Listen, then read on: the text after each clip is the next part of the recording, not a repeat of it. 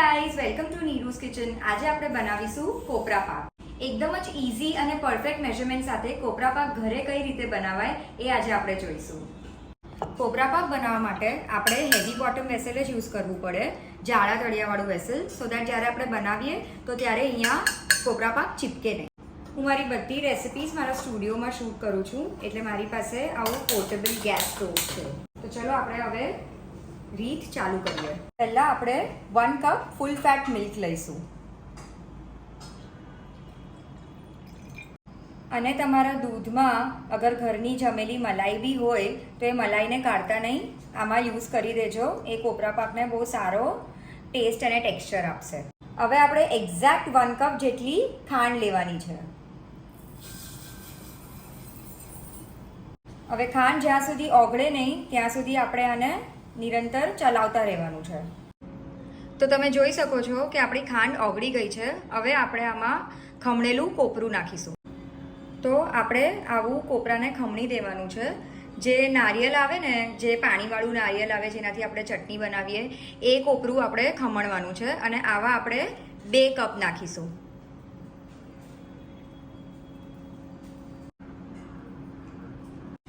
હવે આપણે આને કોન્સ્ટન્ટલી એક ડિરેક્શનમાં હલાવીશું.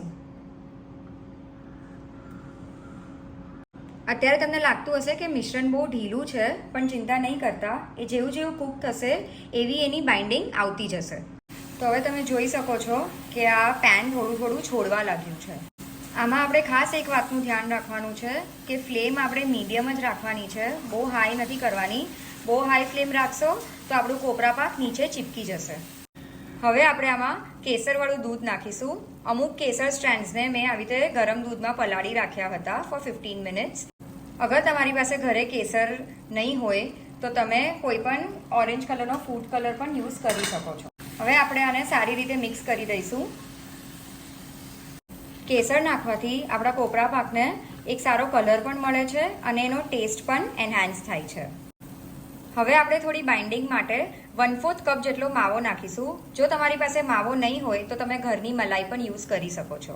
આ માવો સ્ટોર બોટ છે.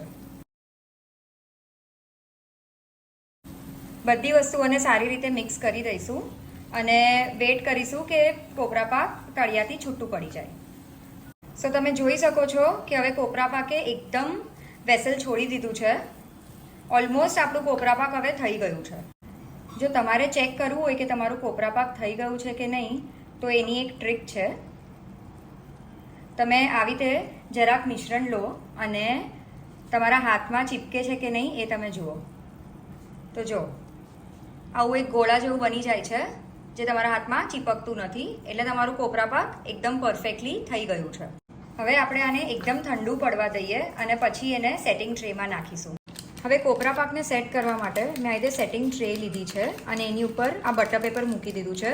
થોડું ઓઇલ ગ્રીસ કર્યું છે સો દેટ જ્યારે આપણે એને ડીમોલ્ડ કરીએ તો કોપરા પાક ચીપકી નહીં જાય. તો તમે જોઈ શકો છો કે એકદમ પરફેક્ટલી આપણે આને લેવલ કરી દીધું છે. હવે આપણે થોડા નટ્સ સાથે એને ગાર્નિશ કરીશું. તો અહીંયા મારી પાસે બદામ અને પિસ્તા હતા, એને મેં આવી રીતે ઝીણા કાપી લીધા છે. એ આપણે થોડા થોડા ગાર્નિશ કરી દઈશું આની ઉપર. હવે આપણે આ કોપરા પાકને 2 કલાક માટે સેટ થવા મૂકી દઈશું. ઓલમોસ્ટ 2 કલાક થઈ ગયા છે. તો હવે આપણે આને ડીમોલ્ડ કરી લઈએ. હું આને સ્ક્વેર શેપમાં કટ કરું છું, પણ તમે તમારા ચોઇસના હિસાબથી કટ કરી શકો છો. છે ને એકદમ ઇઝી વે ઘરે જ કોપરા પાક બનાવવાનું. જો તમને મારી આ રેસિપી ગમી હોય તો ડેફિનેટલી ટ્રાય કરજો અને સબસ્ક્રાઈબ કરવાનું નહીં ભૂલતા.